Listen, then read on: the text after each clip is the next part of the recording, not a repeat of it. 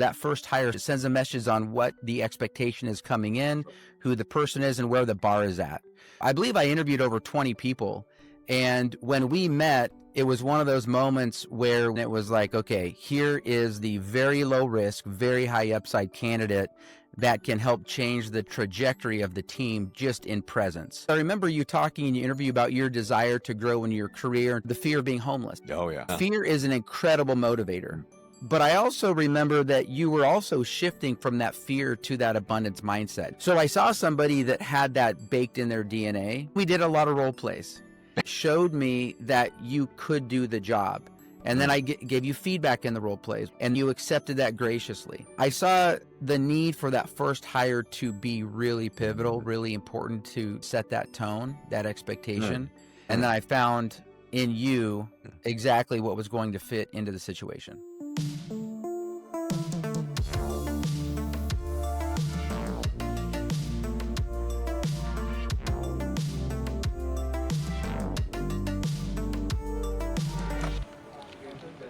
You're listening to The Revenue Vault, the show where CROs, VPs, and go-to-market leaders who crushed quotas share how they engineer unstoppable revenue machines at scale. Hey, I'm Mark Shen, CEO of Vendly and creator of the Revenue Engine OS. Now, today's guest is Travis Smith. He's actually the sales leader who hired me 15 years ago as his first recruit on a team turnaround. Now, he spent over 25 years building bulletproof teams from the ground up, completing multiple team rebuilds and finishing in the top 1% as both a rep and a leader at multiple different levels. As a group VP, he 8x revenue in 4 years while managing over 250 employees in a multiple 9-figure organization. Now, he's hired over 1,000 sales professionals and has coached them to VP and CEO roles. Now, here's why today's interview gets particularly interesting. Travis actually reveals what he saw in my interview that made me his first hire years ago, including the fear-driven story that I told that most leaders would have missed. We break down his real play interview framework that predicts A players, the exact conversation that stopped me from quitting 3 months in, and why comparison destroys even top performers. You'll hear how he reads presence and narrative psychology in candidates, the coaching move that reframed my entire career in minutes, and his controversial retention philosophy, which is develop people toward their dreams, even if it means they leave. Now, here's a warning. Travis shares things about my past I rarely discuss publicly. So let's dive in. Travis, what's up, my man? How's it going? It's going fantastic, Marcus. Good to be here, man. Thank you. I'm pumped to have you here. And those for you who are listening and watching, Travis and I go way back. I mean, probably almost 15 years at this point, because about 15 years ago, you actually had recruited me to a company called Cintas. And what's really interesting is at the time, you'd already been wildly successful, top 1% rep multiple times, top 1% leader, done a ton of rebuilds already. And then you were tasked with essentially jumping into a new division, taking over a team, for lack of a better term, wasn't doing so hot. And you were tasked to turn it around. And I was like your first person that you recruited in. So when you think back, what did you see in that situation or me that made you confident that I'd be a good first hire to help you turning this team around? Well, first, I was super excited about the opportunity because I really thrived and loved the challenge and all the energy that comes behind and that's needed to rebuild teams. So this was my 4th rebuild in my career. And it was also, I think, looking at it was going to be the most challenging one, just because of the history of the team and what wasn't going well. And so I knew that my first hire was going to be incredibly pivotal. And so the situation, I remember, Marcus, I interviewed a lot of people because it's like as a new manager, that first hire sends a message. It sends a message on what the expectation is coming in, who the person is, and where the bar is at. So I believe I interviewed over 20 people. And when we met, it was one of those moments where when you came in, it was like, okay, here is the very low risk, very high upside candidate that can help change the trajectory of the team just in presence. And I think that proved out. But and it's interesting because I remember you talking in your interview about your desire to grow in your career and to get promoted and to have influence. And at the time, I was just needing somebody to be consistent, right? The team needed somebody to have the energy, the passion, the mindset to come in. And so I almost thought, okay, if we do this right, all that'll take care of itself, which That's right. it did. But one of the things that I really look for, Marcus, and that I saw in you was the story and the way that you frame your narrative psychology, the way that you Mhm. speak.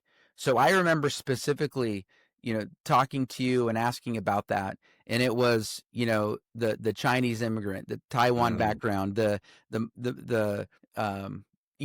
I believe it was your mom that was Taiwanese and your dad was Yep. Chinese. Did I get that Hey, right? good Okay. memory. That's incredible. Okay. Yeah. Well, things that stick out and that are impactful, but and then working at the restaurant.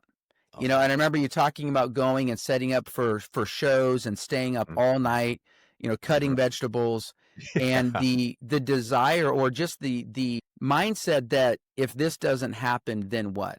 Right. And so you had this innate ability at a very Mhm. young age to see if this doesn't happen or what you wanted to happen, what Mhm.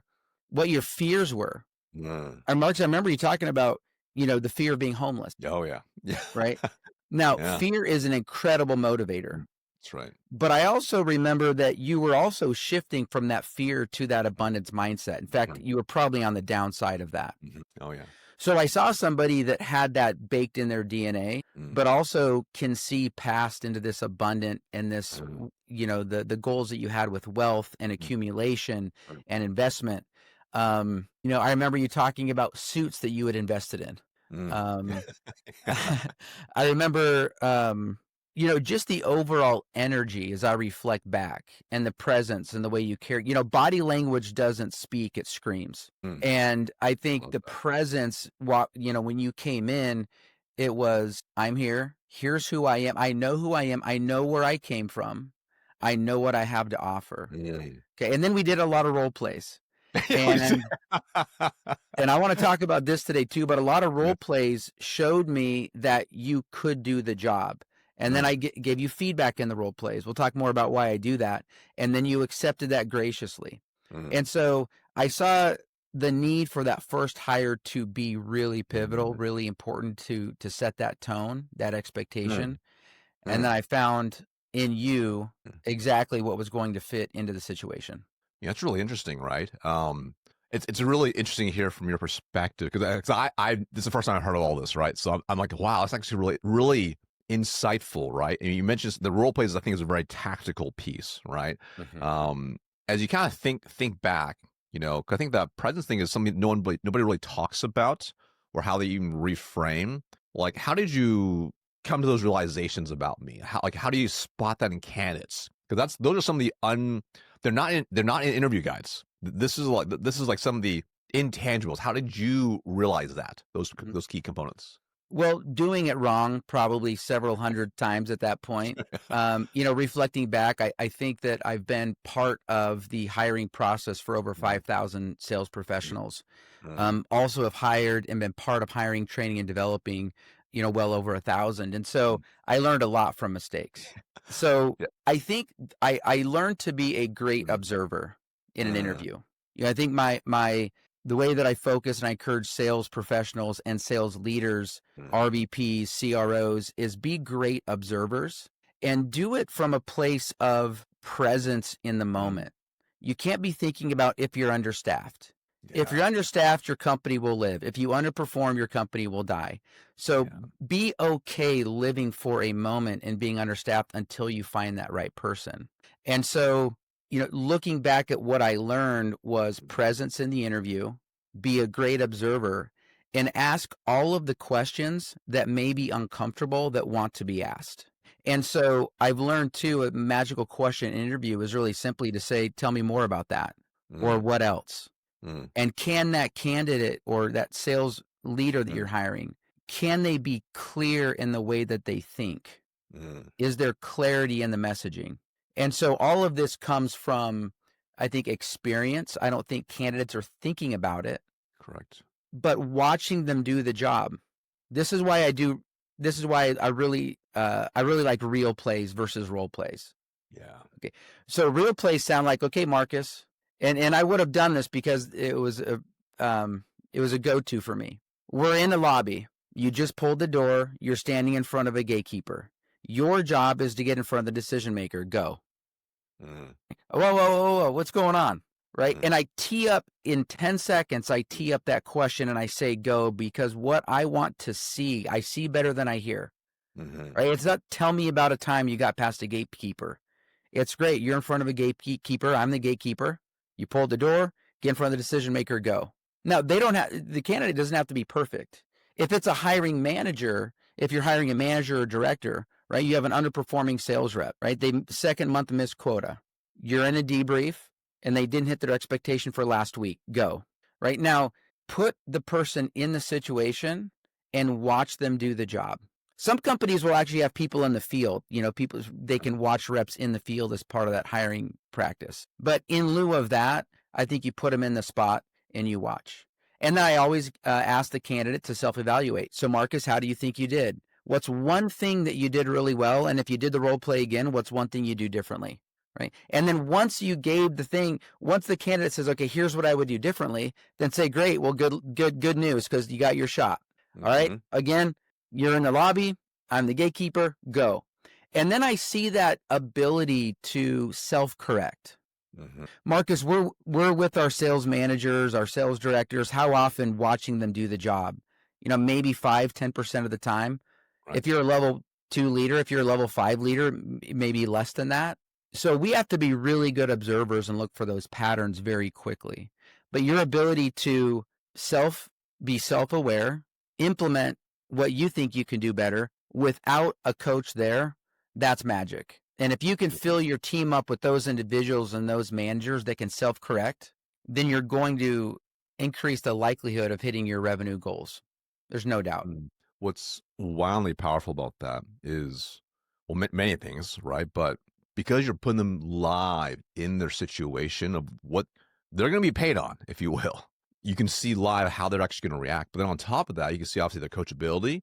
But what I really like is you can see how adaptable they are, right? So they might have gone from just talking about their background, their experience, whatever, and then boom, you're getting to shift into what they should have already been doing from a long time ago. If they had stayed, they're super good at cold calling, super good at coaching people. Doing a real play should be very easy for them to kind of shift into that mindset if they had done this. So I love that, right? And what's cool is like, I think I probably learned that from you, but since that point, any person I hired, I put them through real play, same thing. It just so I could vet them live on the spot to really see it. And what's really interesting is I would always see people that would like, some of them would be like, oh, but I don't know enough about your company, blah, blah. And they have an excuse in that. And so I started reframing it. I would say, Travis, I want you to imagine you're at your current company. You're already selling this thing you're already familiar with. You're already familiar with everything. Here's the situation, go. And it was amazing because they'd be like, you can just start seeing them fumble. And then very quickly, you're like, all right, they've been BSing me during this entire time, right? Like, they talked a big game, but they couldn't really do it. So I want to double tap on a thing that you mentioned. I thought was Well, really you powerful. were a lot nicer than I was, Marcus, on that one for sure. Yeah, that's true. That's true. That's true. I guess so. I want to go back to the presence thing, right? I think it's really interesting because depending on the type of roles you're hiring for, whether it's SMB, mid-market, enterprise, and type of process you're selling into, that presence most people don't even like think about. So, how do you define presence, and what are specific things you're looking for, whether it's in body language, how they communicate, how they prepare, or whatever? What do you define as good presence? Well, there's a couple things I think that presence is not. Okay, presence is not worried about the future and you're being understaffed. Mm, Or presence is not about the time frame of which you need to get this, this job filled. So if you have fear and anxiety about the future, right, then we know from even a neurological standpoint that when you live in fear and anxiety, the cortisol level increases, the prefrontal mm, cortex. We're not thinking clearly. Our right. executive functioning is decreased. So we have Mhm, to, if we're feeling anxious or fearful about our position going into an interview, or even maybe something happened outside the interview unrelated, mhm, right? But you have to take moments to pause, just a few moments. Okay. mhm. Guys like us, we run fast. So That's this is right. really hard, right? Seconds seem like minutes to us and minutes seem like Mhm, hours. that's right. Okay. But it's, what if I get this right? Mm, right? What if I get this higher rate? Right. What does that mean? So you're combating that. The other thing is you have to block out even the resume a little bit. Okay, Mhm. the resume is good to get to that interview, and a lot of companies have screeners that look at the interviews, get you know, or Mhm. the resumes to get in front of the interview. But once they're there, let's ask them questions that are relevant to the moment. And look, I understand that past behavior is the greatest indicator of future behavior, right? And I think there's a lot of truth in that. I also think that people are dynamic. Yeah. So living in the moment and listening to what they're saying with intent, with curiosity. Mhm. And when the mind starts to shift, or you're looking at the color of tie that, doesn't match the doesn't match the shirt, which Sure. some managers can't live with. Okay, Mm. but we got to get back to what's Mm. most important in the moment, be present. And there's grounding techniques. I actually learned to breathe a little bit when I got Mm. anxious. Sure. Got some outside somatic help Yeah. on how to just keep the blood pressure Mm. down for ourselves and that intensity to bring that in so that we can actually Mm. truly see the other person and Mm. as a human in front of us that we're going to be talking to every day. We're going to be working with every day. So get real about the moment Mm. and about what's happening in front of you right now. Mm. I think it's so powerful because that requires a level of self-awareness of yourself and how you're feeling to be able to be present. So you can identify the level of presence in the candidate, right? Because if you're feeling nervous or you're anxious yourself about your number, about being understaffed and the open head count, whatever, that's going to show up in the interview, right? Um, Now, how about as a hiring manager? You're sitting down, you're looking at a candidate from a presence perspective. What are you looking for to see if they have the right presence that you want that match up? Because I look back, I'm like, you got a track record hiring like top one percenters. Like I think about like Tyler Hasman, right? He's actually a sales VP over at Airtable now. We had him on the pod a while back. Dennis Atkin, right? Top 1%. He's top rep over at Enterprise AE over at Verkada. Like you have this track record, like even early on, and they continue to excel, and they all have like a level of presence. So, what are things you see and look for from a presence perspective of that candidate you want to hire? It can be this one can be really simple too. Yeah, yeah, It's, is this person in front of me somebody that I would want to work with as a sales professional? mm, They don't have to be charismatic. They don't have to yeah, be, dressed perfectly, the way that I would dress, etc. mhm, What we really need is this person able to listen and see and understand me. So if they're right, asking questions about the team, hey, tell me mm, about the team. Tell me more about, the challenges that I'm going to face coming inside the team. mm, What are some things that you are doing well as a leader? What are some things that you're looking to shift? You know, mm, these are all the questions that they ask are really important as well. So I do pay attention. And if somebody says, I think you've covered everything in the interview, and look, I'm not going to knock them out just because of that question, sure, yeah, but it's going to be, it's, well, you know what? I think looking back, if they were to say, I don't have any other questions, I think that might be a deal breaker at this point. yeah, I yeah, probably would have let that pass earlier. But if the prospect says, what else do you need to know? What else do you want to know about my business? There's always a question, that's right. right? You can always learn something more. And if they're inviting you to ask questions, then that's crucial to me, living in curiosity. And so, you know, but then, Marcus, I look back at Dennis, and I hired Dennis in several teams that I went to. Actually, we go back to the door-to-door days. And then when I worked at Cintas, I hired him, and I hired him in another position as well there. And so when I look back at Dennis, he said to me, I'm not the most talented salesperson, but I make up for it because I'll be at the office before everybody, and I'll work harder than everybody, and I will always make my number. I have somebody I hired 10 years ago, and she had never been in outside business to business sales. And her name's Vanessa. And she looked me in the eyes and she said, Travis, somebody is going to take a chance on me, and everybody else that passed me up is going to regret it. So somebody's going to do it, and it might as well be you. Okay. Now, to me, that spoke to me. And in the moment with the team that I had, I was able to take a risk. Fully staffed, things were going okay. Um, and so when I look at people, are they convincing?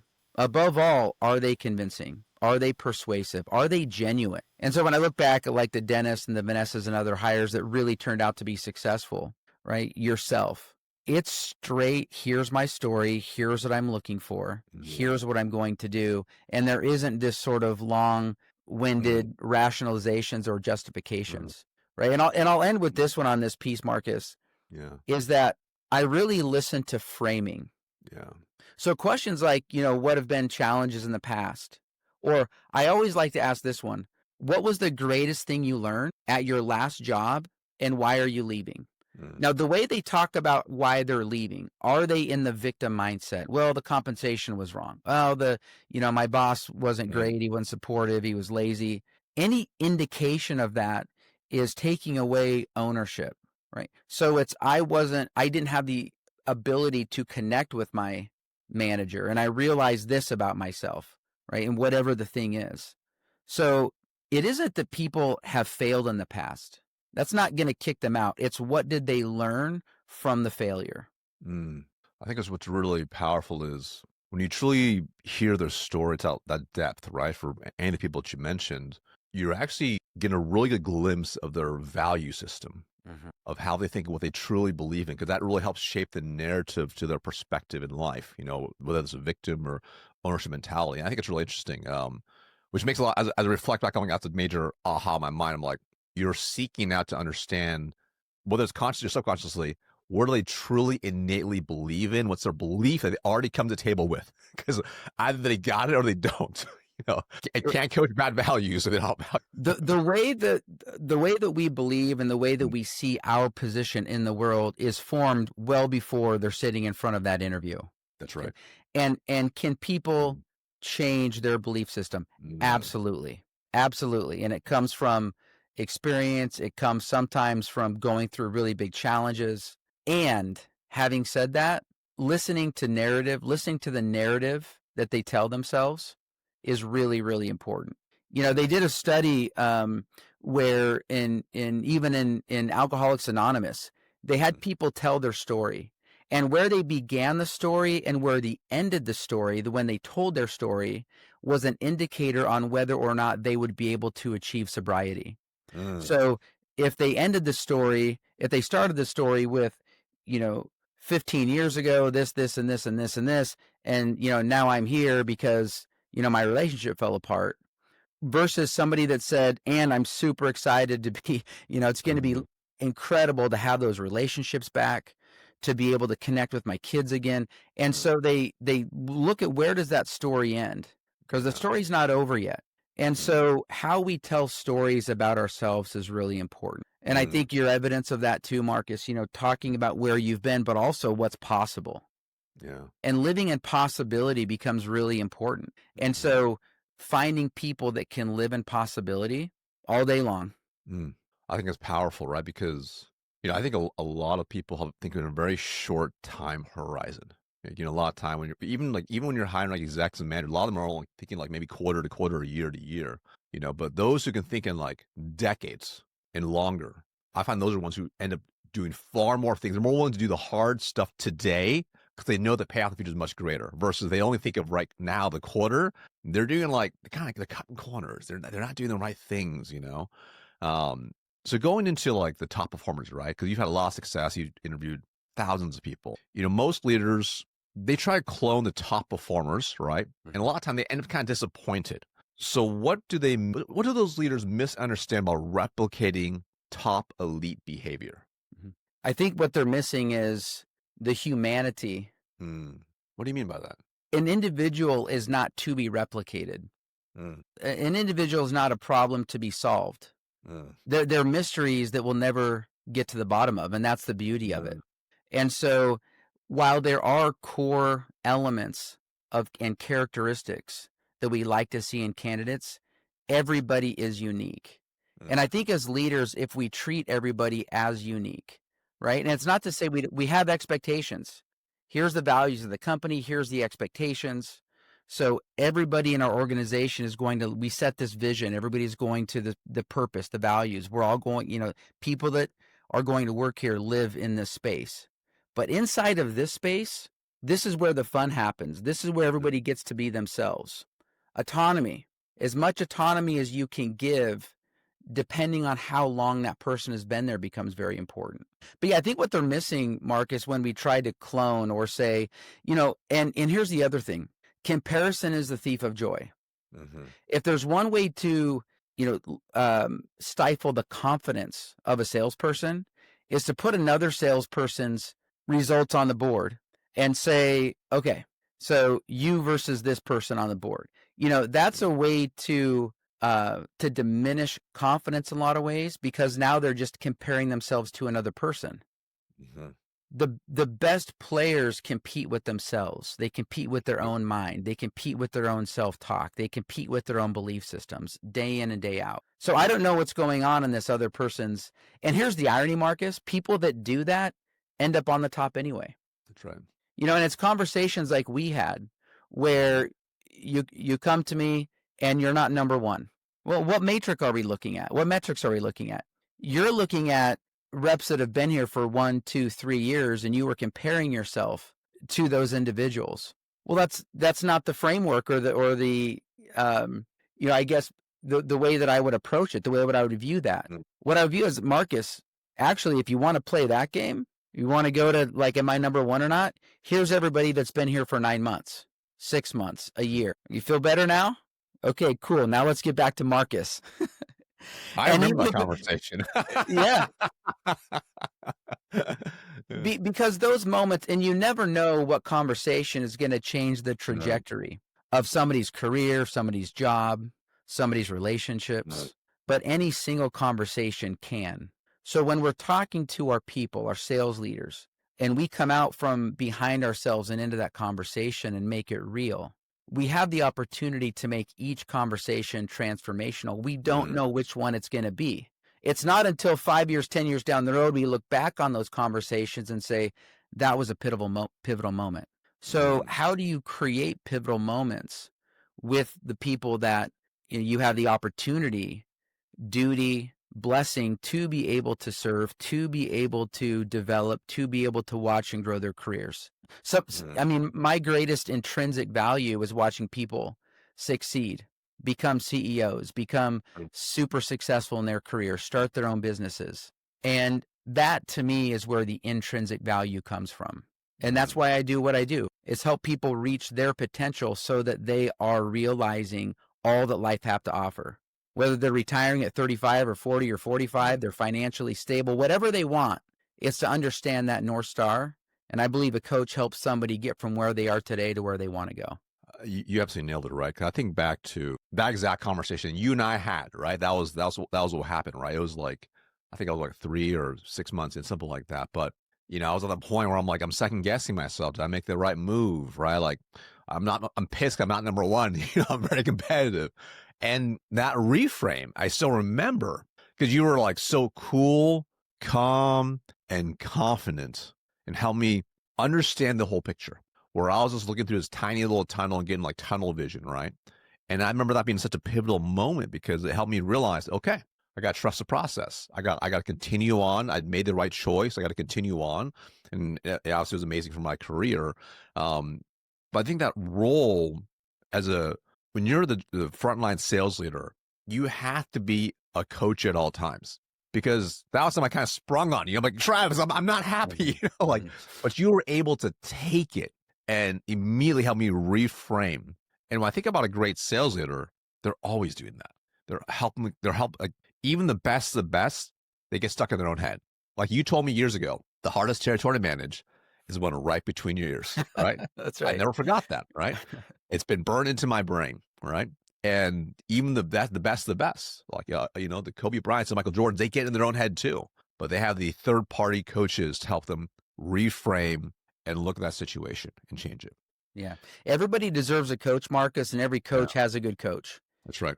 The question is, well, who's a coach? I believe everybody can step into that role as a coach. Yeah. And it's turning pain into vision. Yeah. When I see somebody and Marcus that conversation, what I really see is Mm-hmm. somebody that has a desire to win, that has the confidence and the awareness to come and say the thing. I'm not happy. I'm not doing well. As a leader, we'll take that. I'll take that all day long. Where are you at right now? Here's where I'm at. Tell me more about that. Why are you frustrated? Why is that showing up for you? And if we can sit there with them in that moment and then take that pain. And I work with a mental resilience coach, Rob Bell, and he's incredible. And he really helps me as a coach reframe even still my own mindset and my stories because I can't see what I can't see. That's right. And that's not a problem. The problem isn't that you can't see what you can't see.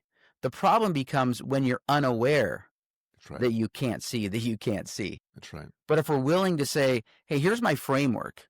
What are some other ways I can look at this? Because I feel stuck. Okay. Now we can come at it from a different angle. But Marcus, the question is, are our people in pain? Are they having self-doubt? Is the story in their mind, I made the wrong decision? And if that's the case, we're not going to go knock on doors. We're staying right here present. Right. We're going to get clear, and then we're going to go. And then we're going to go play the game. So in those moments, I learned as a sales leader, that right there was a hint.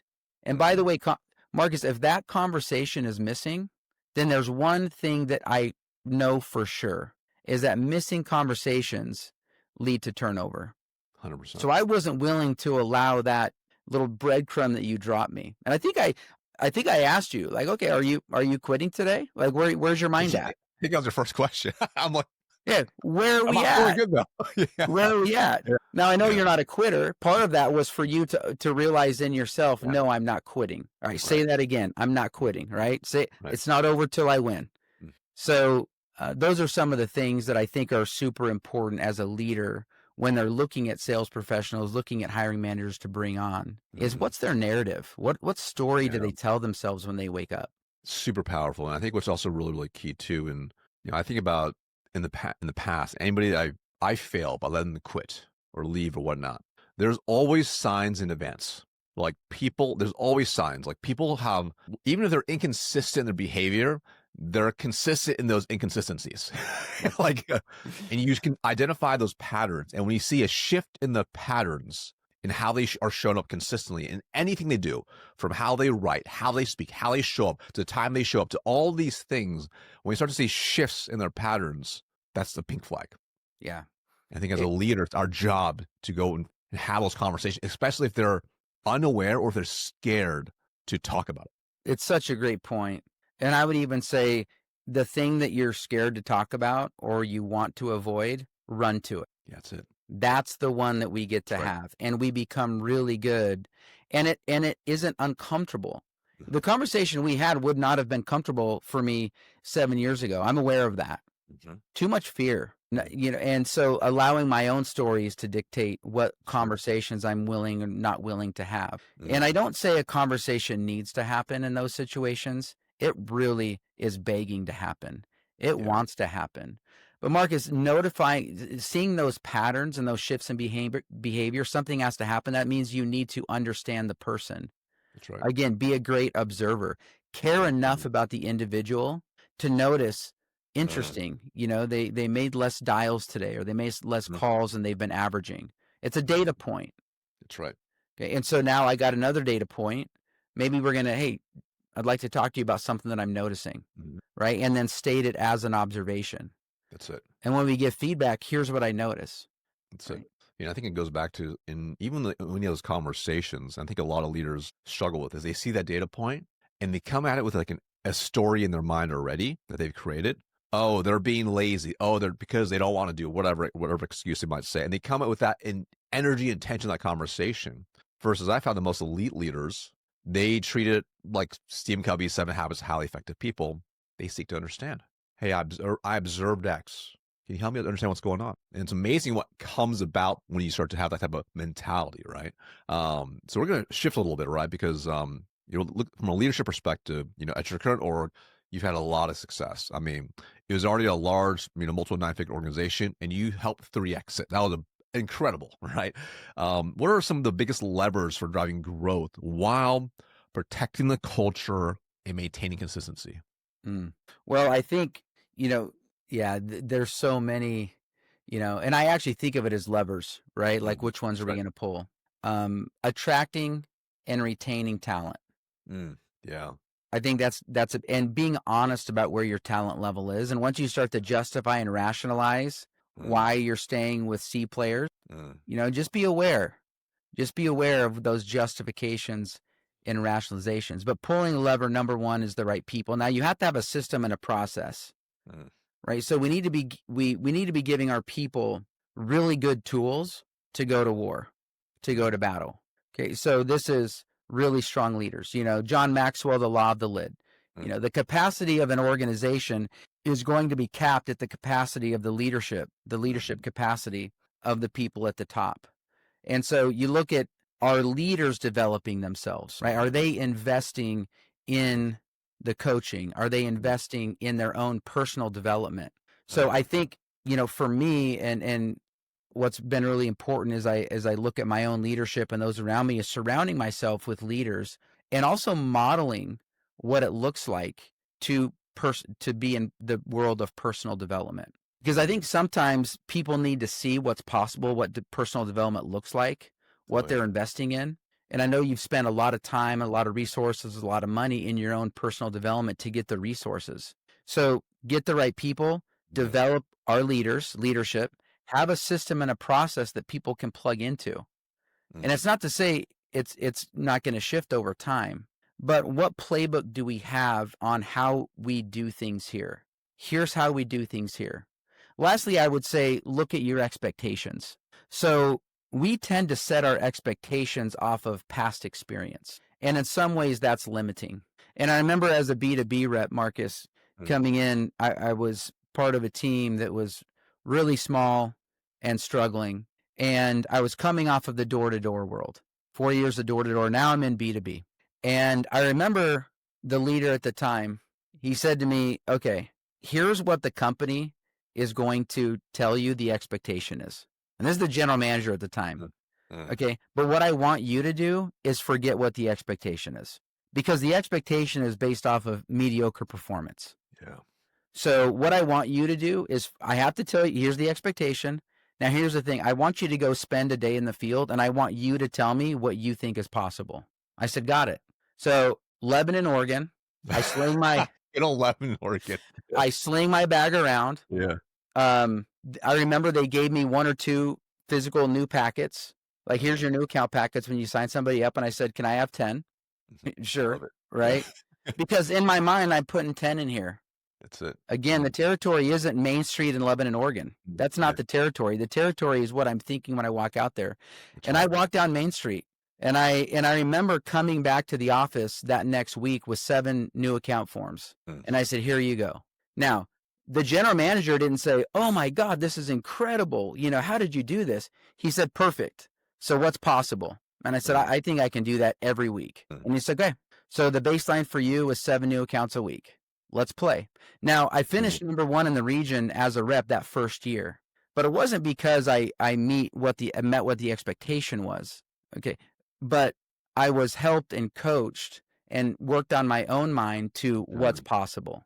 So I think as leaders, when you look at how to 2x or 3x your team, you got a couple options. You can look at data and you can base it off of what's happened.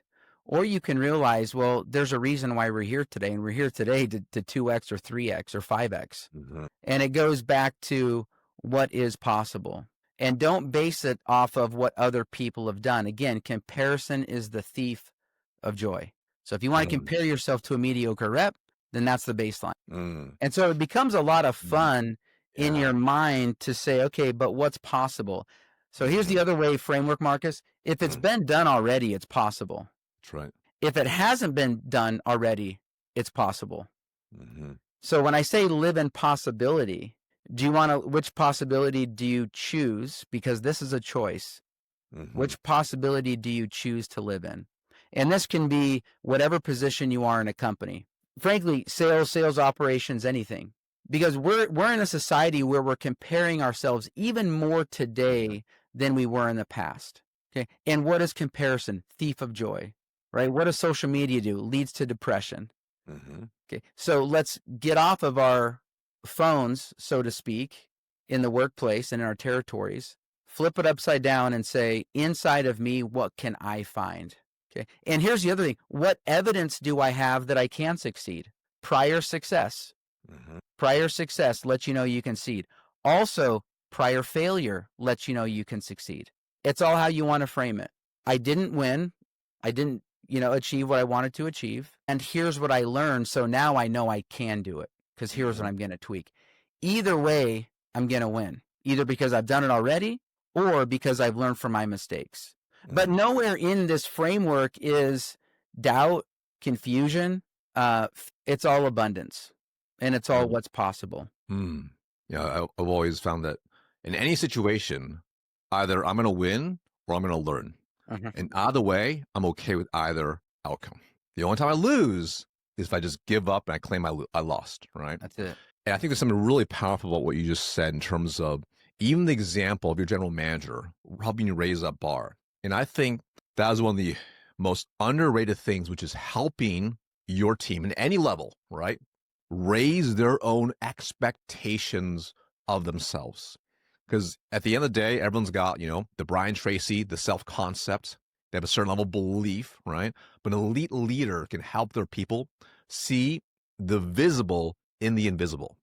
They're able to see beyond that. And I think back to that. I love that story so much because it reminds me so much of, what I would do with new hires. I'd bring them in because you remember the Cintas say that here's the expectations. Here's what you need to do, right? Which is fine if you want a mediocre average team. Not okay with that. So like day one, I would have them fill out a success blueprint. I'd sit them down. We filled out what are their ultimate goals, dreams, and desires they knew they could not fail. And it'd be like personal, professional. Of course, and no one would write, I just want to hit my number. They wrote stuff in there like, I want to retire my spouse. I want to buy a new home. I want to pay for my kids' college. I want to make X amount of money, right? And then all we did was we worked towards that. That was their new baseline. Not the company, not the quota, towards that. Because ultimately, they hit those numbers. I mean, quota takes care of itself, right? It just becomes a byproduct, right? So I think it's so valuable that you mentioned there. And it's a key thing is like, as a leader, how can we help them realize what the new bar is? Yeah. And once they get there, like that seven accounts a week, how can we get it higher? And how can we get them higher and higher and higher? Right? Because then you get them to max themselves out. And what's really interesting is I found is when they achieve those goals, their confidence starts to stack like a bank account, like those deposits coming in. And then the next level is even like more amazing, right? Now, Marcus, could I mention one thing on that? Please. Because Yeah. I don't want to miss this one. I think it's so Yeah. important because Yeah. I see it's so simple too. We confuse goals with expectations. So it sounds like this. Okay, the company's goal is for you to open up so many new accounts.